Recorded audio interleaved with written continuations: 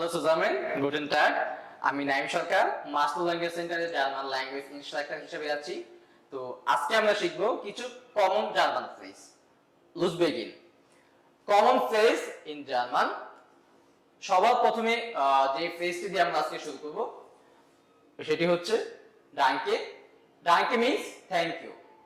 জার্মানরা খুবই পোলাইট, তো ওরা ডেইলি লাইফে ডাঙ্কে শুন, বিটে শুন, এই কমন ফ্রেজ গুলো ওরা ইউজ করে থাকে। তারপর আসে ডাঙ্কেশন। ডাঙ্কেশন মিন্স থ্যাংক ইউ।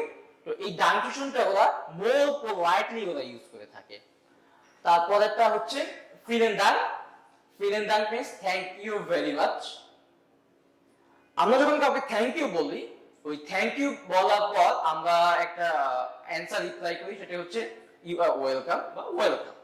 তো এটাকে জার্মান ভাষা বলে বিটে অথবা বিটেশন। বিটে অথবা বিটেশন, ইউ আর ওয়েলকাম। তারপর আসে বিটে। বিটে মিন্স প্লিজ।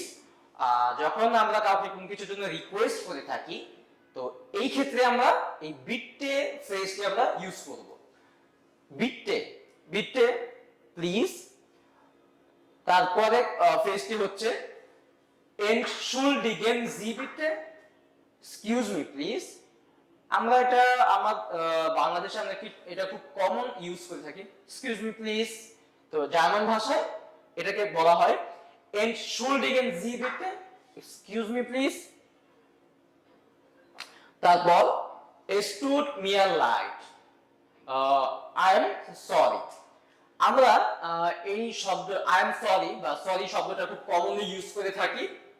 তো এটাকে জার্মানরা বলে es tut mir leid, es tut mir leid, I am sorry। বা ওরা এখন সরিও বলে অ্যাজ ইউজুয়াল ইংলিশ। পরে যে ফ্রেজ সেটি হচ্ছে ভি বিটে। এই ভি বিটে ফ্রেজটি মূলত রিঅ্যাক্ট করার ক্ষেত্রে ইউজ করা হয়। zum Beispiel, আপনি দোকানে গেলেন একটি খাতা কেনার জন্য। উদাহরণস্বরূপ বলা যায় খাতাটির দাম হচ্ছে 50 টাকা, কিন্তু দোকানদার আপনার কাছে 120 টাকা চেয়ে বসে আসছে। তো ওই দামটা এরকম যখন হচ্ছে মানে আপনি রিঅ্যাক্ট করবেন যে 50 টাকার খাতা আপনি 120 টাকা জন্য পাচ্ছেন, তো এই ক্ষেত্রে আপনি রিঅ্যাক্ট করার জন্য এই ফ্রেজটি আপনি ব্যবহার করতে পারেন, ভি বিটে। তারপর noch einmal bitte, noch einmal bitte, once again please, noch einmal bitte। তারপরে ফ্রেজটি হচ্ছে এই once noch einmal bitte। এটাকে আরেকটু পোলাইটলি বলার জন্য আমরা এই ফ্রেজটি ইউজ করতে পারি, könnten Sie bitte wiederholen, könnten Sie bitte wiederholen, could you please repeat again।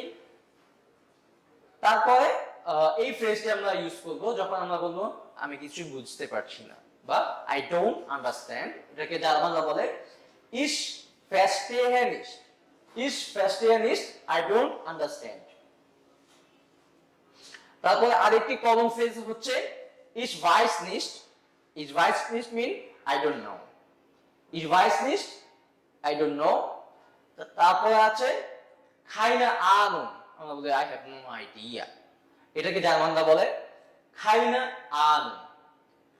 তারপরে আরেকটি ফ্রেজ হচ্ছে kein Problem, kein Problem means no problem। আমরা কথার কথা বলি না no problem, এত চিন্তা কিসের, এটা খুবই ইজি, kein Problem। তারপর আরেকটি ফ্রেজ হচ্ছে einen Moment bitte, just a moment please। এটাকে আমরা জার্মানরা বলে einen Moment bitte। Last phrase সেটি হচ্ছে ja, nein, vielleicht। ja means yes, no mean no, vielleicht means maybe। তো এই ফ্রেজগুলো আবার আমরা প্রথম থেকে একটু দেখি। থ্যাংক ইউ, এটাকে জার্মান ভাষায় বলে ডাঙ্কে। ডাঙ্কেশন মিন্স থ্যাংক ইউ। ফিলেন দাঙ্ক আরেকটু পোলাইটলি বলার জন্য ফিলেন দাঙ্ক অথবা ডাঙ্কেশন এটাকে বলে। ডাঙ্কেশন এটাকে অ্যানসার দেওয়ার জন্য আমরা বিটে অথবা বিটেশন এই ফ্রেজটি আমরা ইউজ করব। এটা মোর পোলাইট। বিটে জাস্ট এই বিট্টে শব্দটি দিয়ে বোঝানো হয় হচ্ছে কাউকে রিকোয়েস্ট করার ক্ষেত্রে এই বিট্টে ফ্রেজটি ইউজ করা হয়। Entschuldigen Sie bitte, excuse me please, entschuldigen Sie bitte. Es tut mir leid. Es tut mir leid means I am sorry. Wie bitte ফ্রেজটি মূলত রিঅ্যাক্ট করার ক্ষেত্রে ইউজ করা হয়। Noch einmal bitte, once again please.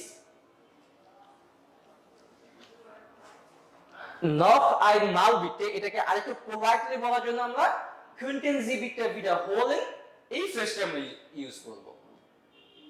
könnten Sie bitte wiederholen, তারপর ich verstehe nicht, I don't understand, ich weiß nicht, I don't know, keine Ahnung, I have no idea, no idea, kein Problem, no problem, einen Moment bitte, just a moment please, ja means yes, no, nein, vielleicht, maybe.